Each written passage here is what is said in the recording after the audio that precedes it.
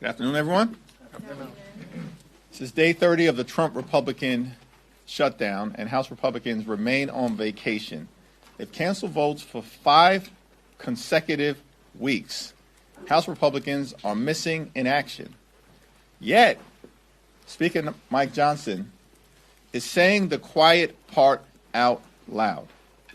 It's extraordinary that earlier today, Mike Johnson admitted that Republicans are willing to starve hungry children in this country and take away SNAP benefits starting on November 1st so they can pressure Democrats into gutting the health care of the American people.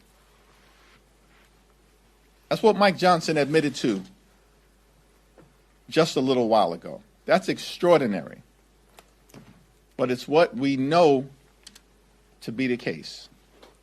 For Republicans, from the very beginning of this presidency, cruelty has been the point. And what has been driving their policy agenda is to make life better for the wealthy, the well-off, and the well-connected. That's what the one big ugly bill was all about. Largest cut to Medicaid in American history, ripping food away from the mouths of children, seniors, veterans, and families, and all of this was done to provide massive tax breaks to their billionaire donors.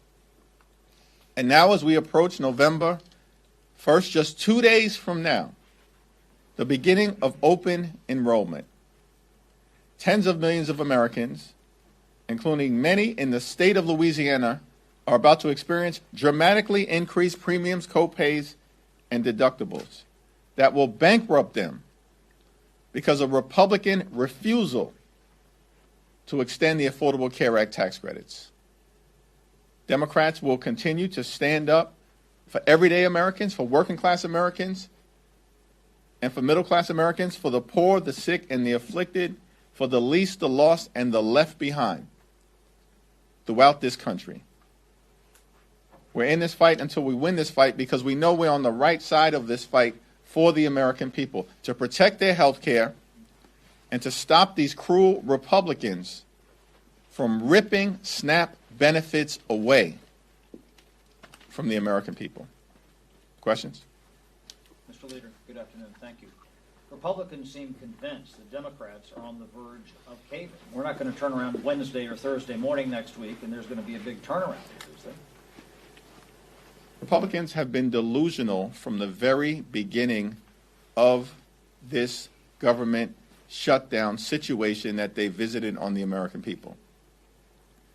Beginning in early September, Democrats have made clear we will sit down with Republicans to find a bipartisan path forward to pass a spending agreement that makes life better for the American people. But we were never going to vote for a partisan Republican spending bill that guts the health care of the American people in the face of this extraordinary health care crisis that is impacting everyday Americans. Earlier today, several of us in the House Democratic Caucus met with people from West Virginia, North Carolina, and South Carolina who are on the brink of having their health care ripped away from them. These are hardworking people, hardworking taxpayers, many from rural America and parts of the South, who are here on Capitol Hill. Republicans refused to meet with them, but we sat and spent hours with them earlier today hearing their stories, and they were encouraging us to stay in this fight on their behalf, to cancel the cuts, to lower the costs, and to save health care. Nothing's going to change. You're not going to back down. Our position is the same position that we've had in September, the position that we've held throughout the 30-day Trump Republican shutdown in October, and it's going to be the same position that we have in November. Yesterday you said that the whip team would meet to discuss congressional pay among the caucus.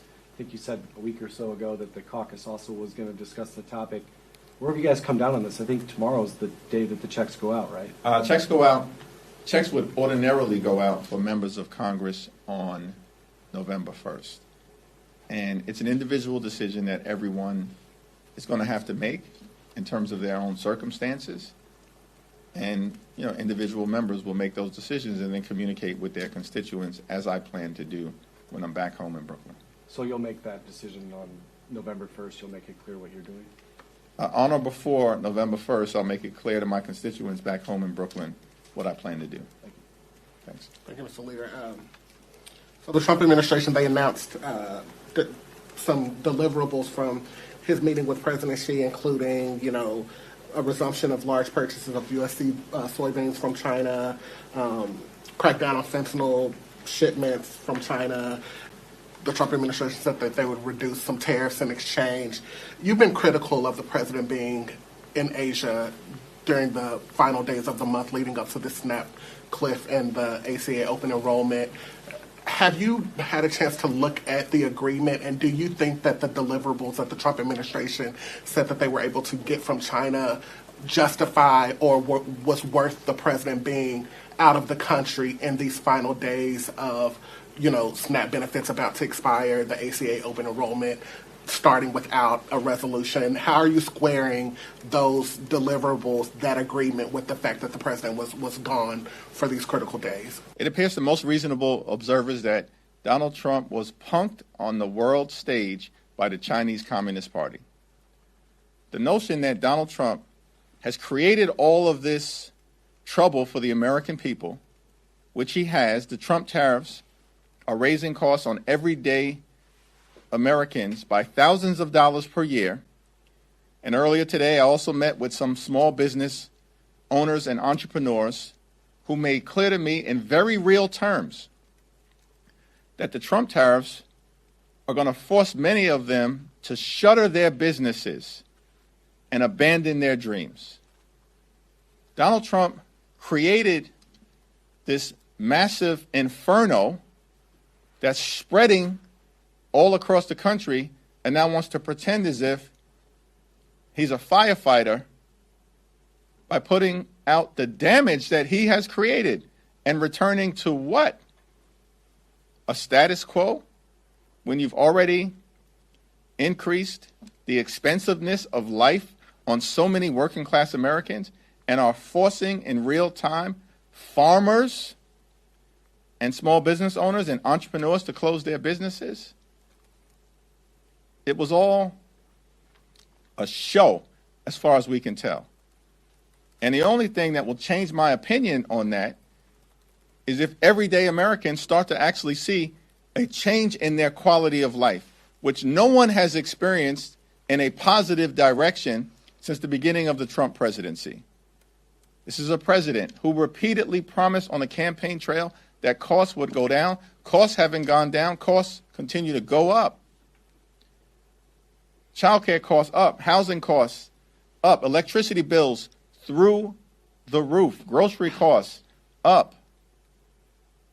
Price of coffee out of control. And most importantly, in this moment, healthcare premiums about to dramatically skyrocket because of the Republicans' continued refusal to extend the Affordable Care Act tax credits. Republican policies are doing violence to the American people. That's the message that we heard from clergy members who were here on Capitol Hill from all across the country, particularly in the Deep South, earlier today. Policy violence coming from Republicans attacking the health care and the nutritional benefits of the American people. Thank you, Mr. Leader. Thanks. I wonder if we could get your reaction to the apparent redistricting deal that was struck in Ohio. Does this help your efforts to retake the House? I haven't had a chance to review it. Thank you, Mr. Leader. As of today, both Delta and United Airlines have called for Congress to pass a clean CR. Is it now incumbent on Democrats to pass this CR and get these air traffic controllers paid who are experiencing delays and airport closures, and that's impacting other Americans as well? Is it your suggestion that the partisan Republican spending bill that has now been voted down by the Senate 13 different times that guts the health care of the American people is a so-called clean continuing resolution? It is already a bipartisan CR, as it has some Democrats and independent that's voting for it, and it is an extension of those Biden funding levels, and we're just seeing these impacts really gather and build up. There's been bipartisan opposition to the partisan Republican spending bill in both the House and in the Senate, and that bipartisan opposition in the Senate has continued 13 different times. Republicans hold press conferences every day, and you know what they do? They lie to the American people. These people are stone-cold extremist liars, starting from the very top. And they haven't spoken a word of truth to the American people other than what Mike Johnson admitted today, which is that they want to rip away SNAP benefits from 42 million Americans so they can pressure Democrats to continue Republican policies that would gut the health care of the American people. No thanks. We're not going to do it. And so I appreciate people from throughout corporate America urging the Congress to pass a bipartisan spending agreement. Over the last 30 days, we've said the same thing over and over and over again. We'll sit down with Republicans anytime, any place, anywhere, in order to reopen the government and act a spending agreement that actually meets the needs of the American people. That's been our criteria from the very beginning. A spending agreement that is bipartisan and that makes life better for everyday Americans in terms of their health, public safety, and their economic well-being, which means driving down the high cost of living in the United States of America, which Donald Trump and Republicans have made worse. Life is more expensive, and the overwhelming majority of everyday Americans know that the country is moving in the wrong direction. That's also why we're going to see the American people reject extremist Republicans and their policies on Election Day next Tuesday. Leader Thune has indicated. sorry. Oh, sorry. First row, yeah. Sorry about that. I'll get to you next. Thank you, Mr. Leader. First, have you seen any data on how the suspension of food assistance programs may affect different parts of the country? And if so, is that at all affecting your decision, your political calculus here? There is no political calculus for us. We are fighting this battle not for partisan reasons, but because we're trying to lift up the quality of life of the American people. And the American people understand that there's a Republican health care crisis. The American people understand that Republicans have ripped away Medicaid from 14 million people. The American people understand that Republicans enacted the largest cut to nutritional assistance in American history when they cut $186 billion from their one big ugly bill. And now Republicans have the nerve to admit before the American people that ripping away SNAP benefits from 16 million children in this country and more than 1 million veterans is a pressure tactic designed to get the Congress to continue to gut the health care of the American people. It's very interesting to me that amongst the top 5 states that will suffer from the Republican decision not to spend the emergency funds that Congress already allocated, because the Trump administration has the money to ensure that not a single person in America goes hungry. Congress already allocated that money. They're making an affirmative decision to rip SNAP benefits away from the American people as a pressure tactic. That's what Mike Johnson said earlier today, and we reject that. And Republicans are hurting their own people. Louisiana is a top 5 state that will be hurt as it relates to causing people throughout this country to go hungry. Your former colleague in the New York State's Senate, I believe, Claudia Tenney, said earlier today that the strategy that you and Senate Minority Leader Hakeem, Chuck Schumer are implementing is part of an old Albany playbook or a corrupt Albany playbook. Do you just have any reaction to the claims of that strategy? Over the last 6 to 8 weeks, the Democratic position has been the same. Cancel the cuts, lower the cost, save health care. Drive down the high cost of living, fix our broken health care system, and clean up corruption. And Republicans They trot out a new conspiracy theorist each and every day.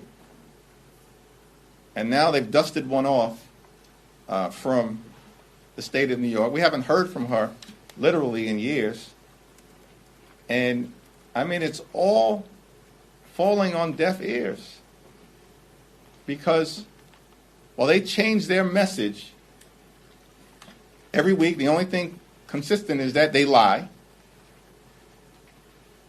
As Democrats, we remain consistent in our policy position. Let's reopen the government. Let's enact a bipartisan spending agreement. Let's lower the high cost of living. Let's address decisively the health care crisis that Republicans are malignantly visiting on the American people. Leader Thune yesterday indicated there's been an uptick in bipartisan rank-and-file negotiations for ending the shutdown. Are you getting briefed or read in on those talks? What are you hearing from your Senate colleagues? It's not clear to me that John Thune is being accurate when he reports that there's an uptick in bipartisan communication. What communications is he talking about? I think there's informal conversation taking place among some senators on the Republican side who apparently recognize the need to address the affordable health care crisis that Republicans have created, in the same way that Marjorie Taylor Greene has been very clear on the House side that there is a health care crisis, that we need to address the affordability issue, that we should extend the Affordable Care Act tax credits, and that we actually need some leadership coming from Republicans in the House who've been missing in action and on vacation for 5 consecutive weeks. They're going to get paid. Some of them have been camping and then publicly bragging about it. Others apparently have been in Russia. And yet, hardworking federal employees are being asked to work without pay or being furloughed and don't know how they're going to put food on the table. And the best we can get from John Thune is that he believes there's been an uptick in conversations. These people have been missing in action over the last 30 days. It's so irresponsible that Republicans continue to insist that Democrats participate in their toxic effort to gut the health care of the American people. We're not going to do it. Thank you, Mr. Leader. President Trump posted on True Social late last night that he wants to resume nuclear testing and is reportedly told the Pentagon to immediately resume U.S. nuclear weapons testing. I was wondering if I can get your reaction to that and what that means for some of our adversaries like Russia and China. Yeah, it appears that the resumption of nuclear testing would be a massive breach of international treaties that have been in place for decades. And it's just another example of Donald Trump and Republican policies going too far, being divorced from reality, and that Donald Trump and Republicans are not focused on the main thing that the American people want us in the Congress to address, which is why, as Democrats, we're going to continue to relentlessly focus on driving down the high cost of living in this country and fixing the health care system that Republicans have broken.